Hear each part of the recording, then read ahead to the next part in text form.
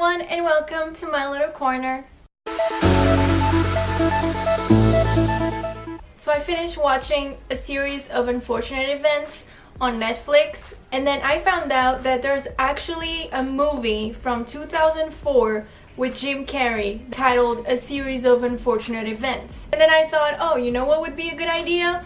Let's watch the movie and then let's compare the TV show, the Netflix show, and the movie. I just finished watching the movie last night, and I think that this video might actually become a rant instead. But the story is actually based on 13 books by Lemony Snicket, and they are categorized as children's novels.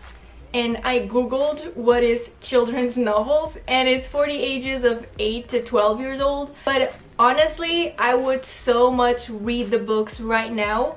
I just can't afford to buy 13 books at the moment, but I would love to read the books. So with that said, I have not read the books. The story basically follows the Baudelaires family. So there's these three kids, Violet, Klaus, and Sunny, and their parents die in a fire. They become suddenly they're orphans, and now they're put into care with their closest relatives. And it just so happens that their closest relative is Count Olaf, and Count Olaf, I think you would say, is the villain of the story. And then the story is just basically them trying to run away from Count Olaf, and then they're put into care with other guardians, relatives that they've never heard of before, and a lot of the Count Olaf shenanigans that happens throughout the show. The show on Netflix has 3 seasons, but it is very entertaining. I really love the aesthetics of everything, like the sets, and they have like really good makeup and outfits. On the Netflix show, Count Olaf is played by Neil Patrick Harris, and I think that he did such a great job. Like, he was so mean, he was so evil, despicable, like you really hate his guts. And I think that that's why he did such a good job, because I think you are supposed to hate Count Olaf. Basically just wants the fortune of the Baudelaire family, and he doesn't care about the kids. He would actually kill the kids. He just wants the fortune, but if they die, he doesn't get the fortune. They warn you from the beginning that only bad things and unfortunate things is gonna happen in the show, so look away. Just go play something else. Stop watching the show. They actually warn you. And I think that is very interesting and very ironic how they do that. The show is very clever, it's very witty. Some things that I would like to point out that happens in the show. The show is narrated by Lemony Snicket himself, which is the writer, the author of the books. So he basically put himself narrating the story in the books. So they do that in the movie, so he actually shows up. Well, I think it's an actor. It's an actor, not the actual author of the book, but it's an actor playing him.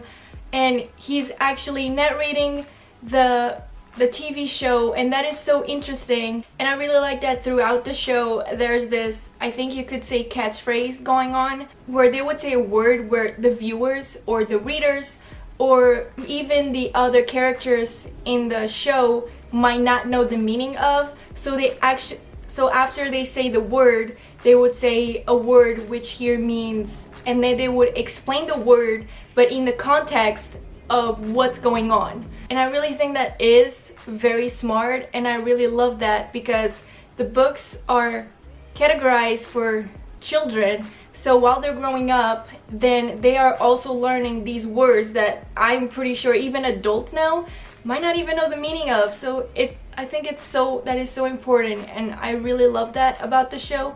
I don't know if I would say it's a masterpiece. I don't know if that's maybe too far-fetched, but I think that it's kind of somewhere in the realm of that. And then I watched the movie.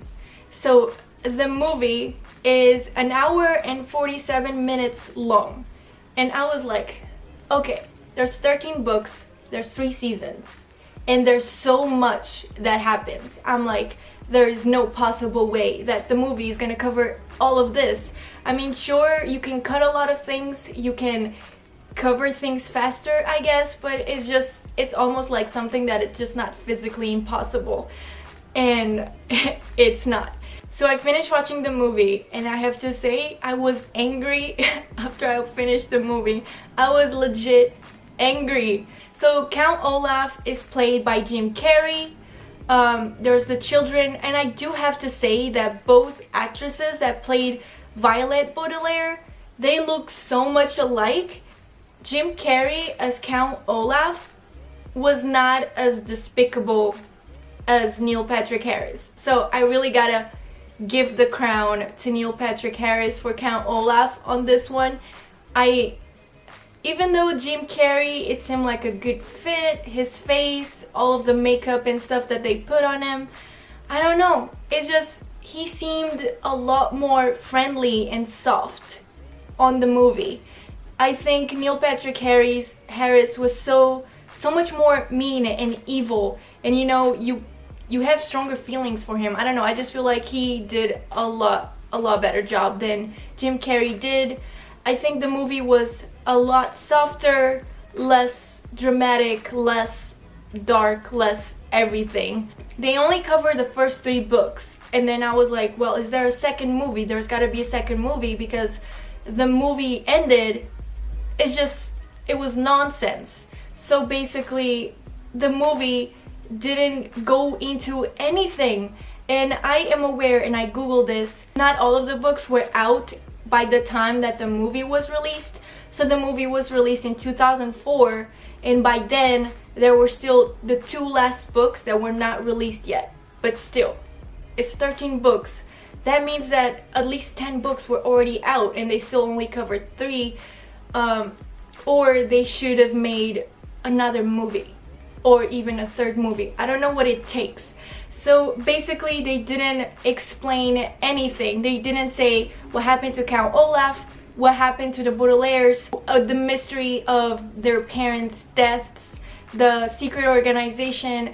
They didn't go into anything. It didn't explain anything. That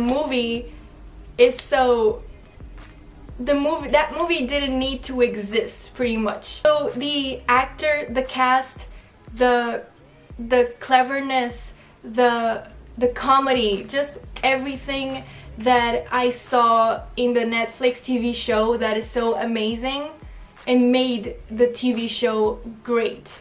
It is honestly a must watch, not only for kids but teenagers, adults. I think that it's a good show and everyone of all ages can enjoy it. The movie was a complete waste of time. I'm still angry about it.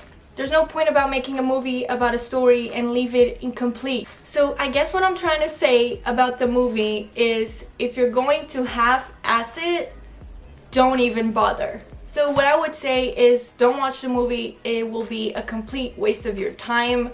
But really, go watch the Netflix show, A Series of Unfortunate Events. It is amazing. So I feel like it's not even needed for me to say who the winner is, but just for completion, the winner is obviously the Netflix show, A Series of Unfortunate Events. The movie is complete flop, like 1 out of 10. Or not even. Seriously, I'm really angry at that movie. I'm angry at the existence of that movie, actually. Have you watched the Netflix show? Have you watched the movie? Have you watched both? Please let me know in the comments down below, and also let me know your opinion about each one of them or both of them. I would really like to know your opinion, whether you agree with me or you disagree with me. I really like to know, and I really hope you enjoyed this video. If you did, please give it a like and make sure to subscribe, and I will see you next time. Bye bye.